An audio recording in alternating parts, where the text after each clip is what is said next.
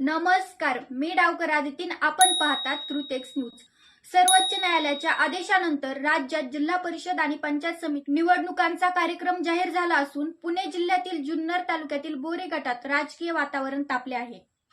जिल्हा परिषद आणि पंचायत समिती निवडणुकीत नक्की उमेदवारी कोणाला मिळणार याकडे मतदारासह राजकीय वर्तुळाचे लक्ष लागले आहे. राष्ट्रवादी काँग्रेस पक्षाचे अजित पवार बोरी गटातून राष्ट्रवादी काँग्रेस पक्षाकडून उमेदवारी कोणाच्या नावावर शिक्कामोर्तब होणार हे अद्याप स्पष्ट झालेले नाही.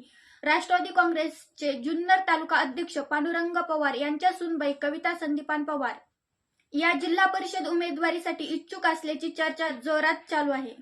पांडुरंग पवार हे काम करणारे आणि जनसंपर्क असलेले नेतृत्व म्हणून ओळखले जातात. त्यामुळे त्यांच्या पाठीशी मोठे कार्यकर्ता वर्ग उभा असल्याचे चित्र आहे. दुसरीकडे कल्पनाताई काळे मैदानात राष्ट्रवादी काँग्रेसचे वैभव शेठ काळे यांनी पक्ष संघटन मजबूत करण्यासाठी सातत्याने प्रयत्न केले आहेत. त्यांच्या पत्नी कल्पनाताई काळे या देखील जिल्हा परिषद उमेदवारीसाठी इच्छुक असून त्यांनी प्रचारात आघाडी घेतली आहे.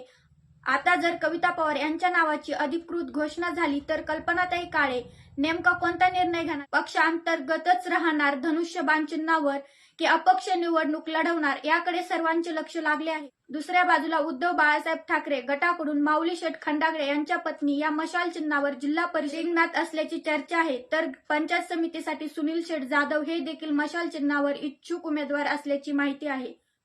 पारगाव येथील उद्योजक संभाजी शेठ चव्हाण हे राष्ट्रवादीकडून इच्छुक आहेत. तसेच निमगाव येथील तरुण नेतृत्व किरण भाऊ गोत्राळ हेही पंचायत समिती निवडणुकीसाठी तयारी करत आहेत.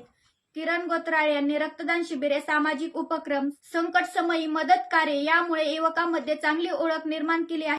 आता प्रश्न एकच आहे, बोरी गटात जिल्हा परिषद आणि पंचायत समितीचा चषक, अजितदादांचा निर्णय, स्थानिक समीकरणे आणि मतदारांचा कौल हे सगळे निकाल ठरवणार आहेत.